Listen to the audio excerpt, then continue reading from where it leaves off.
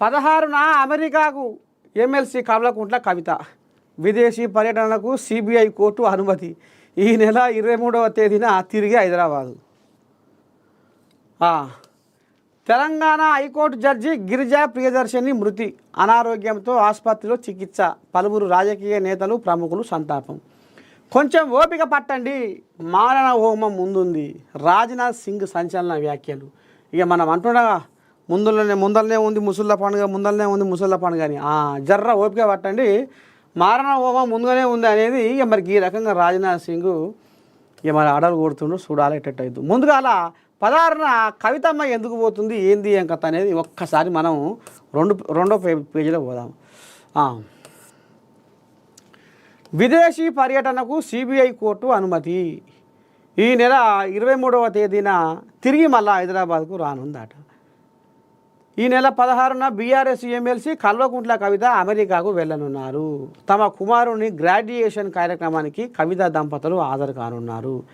విదేశీ పర్యటనకు CBI court అనుమతి ఇవ్వడంతో ఆమె ఈ నెల 16 నుంచి 23 వరకు అమెరికాలో పర్యటించనున్నారు. తమ కుమారుడు ఆదిత్య గ్రాడ్యుయేషన్ కార్యక్రమంలో పాల్గొననున్నారు. ఈ నెల 16వ తేదీన అమెరికాకు బయలుదేరి ఆ కార్యక్రమం ముగిసిన తర్వాత ఈ నెల 23వ తేదీన తిరిగి హైదరాబాద్కు చేరుకుంటారు. ఈ విదేశీ పర్యటనకు అనుమతిస్తూ ఢిల్లీలోని రౌజ్ అవెన్యూ సిబిఐ కోర్టు ప్రత్యేక కోర్టు అనుమతిస్తూ శనివారం ఉత్తర్వులు జారీ చేసింది. ఇక ఇప్పుడు అయ్యా కేసీరావు బయట దేశం బాటనే పట్టిండు, కవితమ్మ బయట దేశం బాటనే పట్టింది. మరి ఇక్కడ ఉంటే ఏం మాట్లాడుకోవస్తలేదు. పుసుకున పోయి కలిసినా కానీ ఇంకా ఎటమాటం ఏముంది. మాయని పోయి కలిస్తే ఇప్పుడు మా బావతోని ఓ దెబ్బ ఉంది, మా అన్నతోని ఓ కథ ఉంది.